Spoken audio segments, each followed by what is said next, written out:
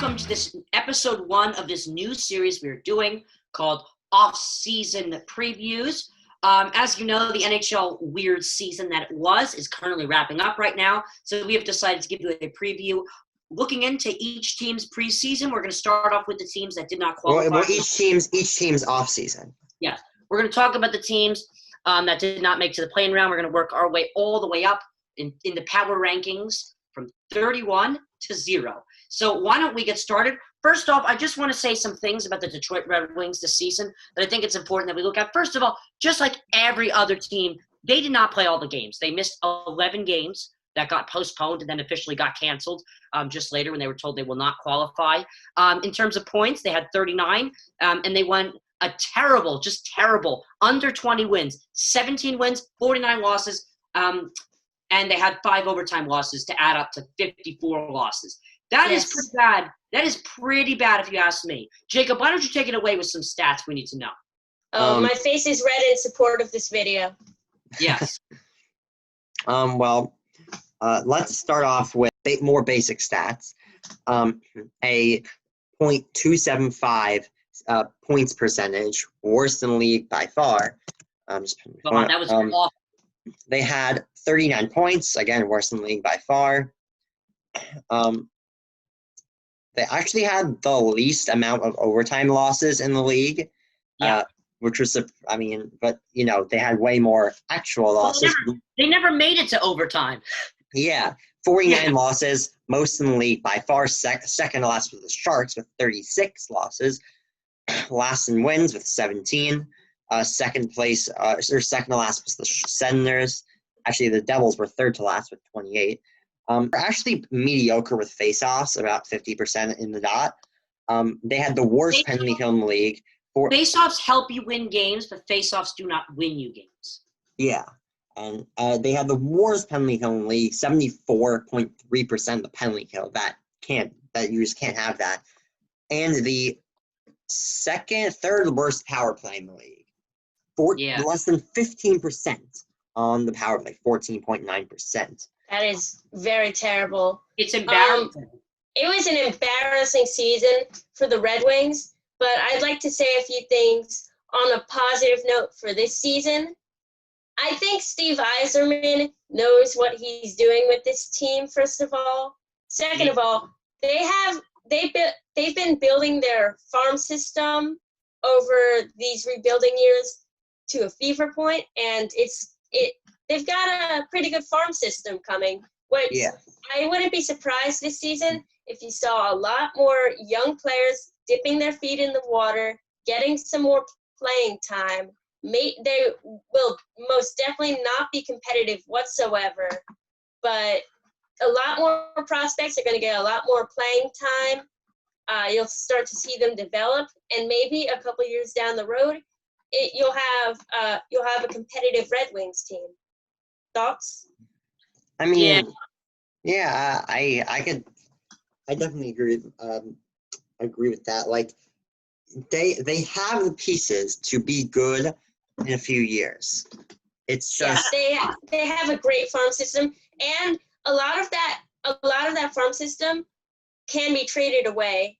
I'm of the mentality that if you have a very good farm system, keep some pieces, trade others for some older veterans to lead the team, because young teams are unstable most of the time. Do you agree with me on that? I agree with you. Young teams can be unstable. Get some veteran leadership by trading some pieces from the farm. And they got veteran leadership mixed with a pretty good farm system gets you a competitive team a couple of years down the road. And let me put it this way.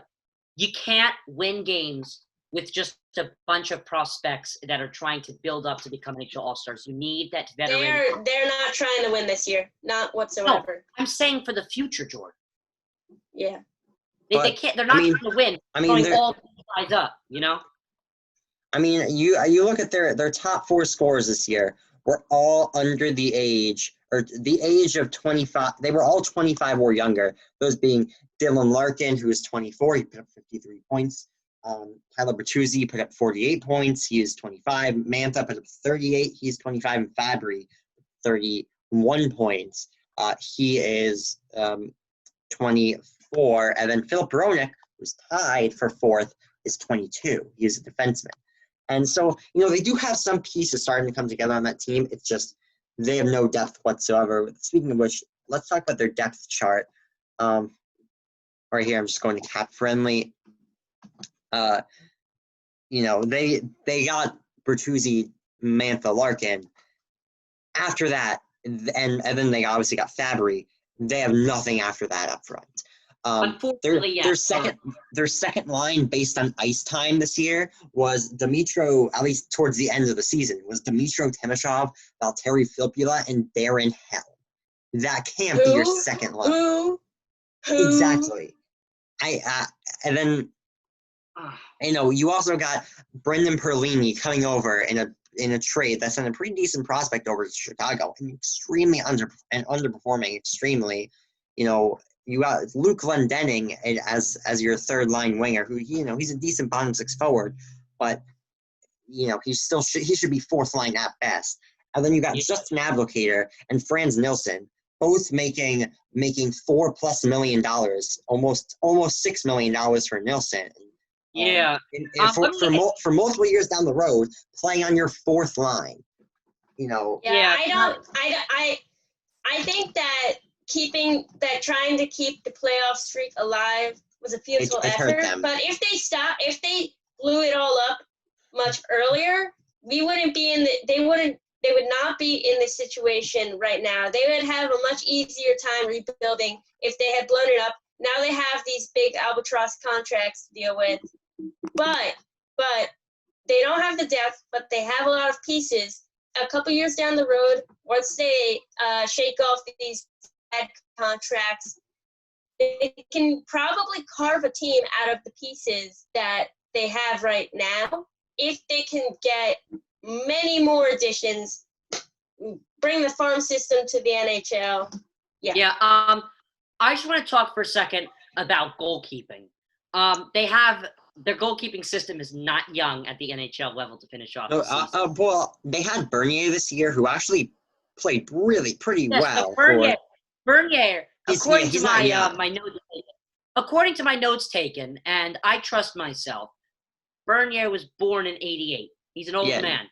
No, he's not young, but Jonathan Bernier, for the team he played on this year and how bad they were, he was good. 907 save percentage, 290. They have no backup goalkeeping. Howard is. Yeah, Jimmy Howard and Calvin Pickard kind of rotated between backup goalie. Yeah. On the blue line, it's a mix between fringe NHLers, AHLers, and bottom pairing defensemen. The only legitimate top 4 defensemen they had on their team this year was Filip Hronek. And you can't have Filip Hronek as your top defenseman. Even the Devils have, Damon Severson was their best. I'd say was probably their best defenseman this year, not counting Sami Vatanen because he didn't really play that much. And even Severson's better than Hronek. And they have a decent amount of UFAs to sign, but they have a lot of cap space, and it's no one big at all. I'd say Sam Gagner is their biggest unrestricted free agent. So, and they do got hope. And they don't want to re-sign the current team they have because the current team they have is bad. Yeah, you don't re-sign a team that is bad. I do want to say, Tyler Bertuzzi, he had 21 goals this year at left wing for them. I don't think he's that bad. He's not that bad, but what is his contract like? I'm honestly asking, what is his contract like? I'm not familiar. Let's see. Pull it up for us? I'm looking. So I'm just going to talk about some statistics. Tyler Bertuzzi makes his contract is up, but for the past couple seasons, he's made $1.4 million. He's an RFA. Oh, that's very good. He's a pretty good piece he's an RFA. He's an RFA this offseason. That's true. So in terms of stats, this is the leaderboard. They played 11 games under what they were supposed to. So they've missed a fair amount of games, but this is still not great stats. Bertuzzi, we were just talking about, pretty good player. Unfortunately, with the Red Wings, 21 goals led the team this year. In terms of assists, with 34 was Dylan Larkin, the center. Dylan Larkin also led in overall points with 53, which isn't too bad either. I'm not going to kill him with it, but he shouldn't be number one on a team. Let's all admit that. And yeah, that's all I have to say. He should not be number one on a team. And in terms of goalies, out of the three of them, Bernier was the best. Bernier. 907. Bernier, sorry, 907 save percentage. So. I think we should actually start talking about. We talked about like how they could be in the future, but I think we should start talking about the actual offseason. This is an offseason preview video, and the Red Wings. Let's start with the draft. They have the 4th overall pick. They're going to get a great player with that pick, whether it's Cole Perfetti, Marco Rossi, Lucas Raymond, Drysdale. They really could pick anyone because they need to improve at every single position. So, they're going to definitely, they're having the 4th overall pick in a very deep draft like this helps. Then as for free agency, they're going to have a ton of cap space. If they wanted to go out and sign both Pietrangelo and Hall and pay them both $10 million next year, they would still have like almost $20 million in cap space. In free agency, don't be surprised if they sign some middle 6, top 6 guys in the offseason with their cap space that they have.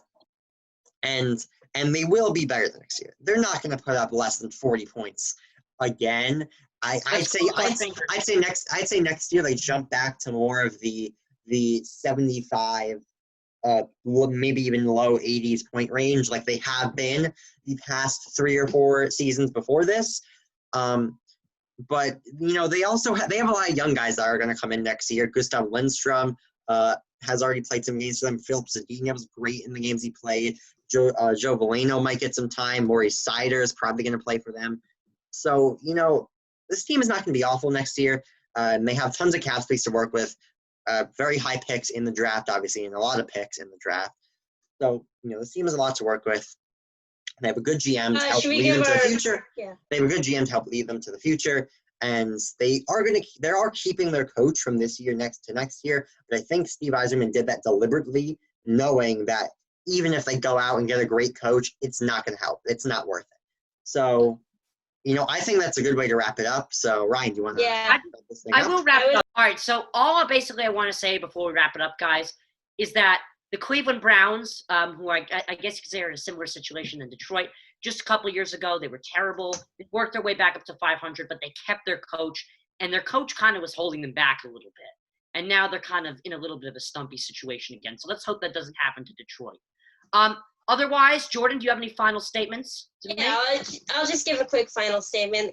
As Jacob said a lot of it for me. You've got a lot of prospects. You've got a lot of cap space. I don't think they should sign any huge, big free agents because they shouldn't try to be competitive for this year. They should not try to be competitive this year. They should develop their prospects. The prospects hopefully will get a bit better. They'll develop a lot more as a team, maybe get some more experience in, and hopefully a couple years down the road, this team will be competitive. That's it for me. Yeah, tell us down below what you guys think of this idea. I certainly think that it will get more interesting as we get to teams that will be a little bit more active and exciting in the off season. But next episode's gonna be fun. We're doing Ottawa next. Yeah. All right, guys. Feel free to follow us on Instagram, and I'm too tired to speed through it today, so I'm going to go nice and slow. Puck_dropped at LHS.source. That's right. Puck_dropped at LHS.source. Our Twitter is at LHS Puck Drop. Sorry, Jacob. I kind of wanted to say it today. Feel free to like and subscribe and turn on that notification bell to get alerts about our next episode with the Ottawa Senators or any other episodes that we post, including Puck Drop games, any other docu-series, or just regular Puck Drop episodes, which we will always resort back to since the playoffs is going on. Anyway, guys, we will see you in the next road. Bye.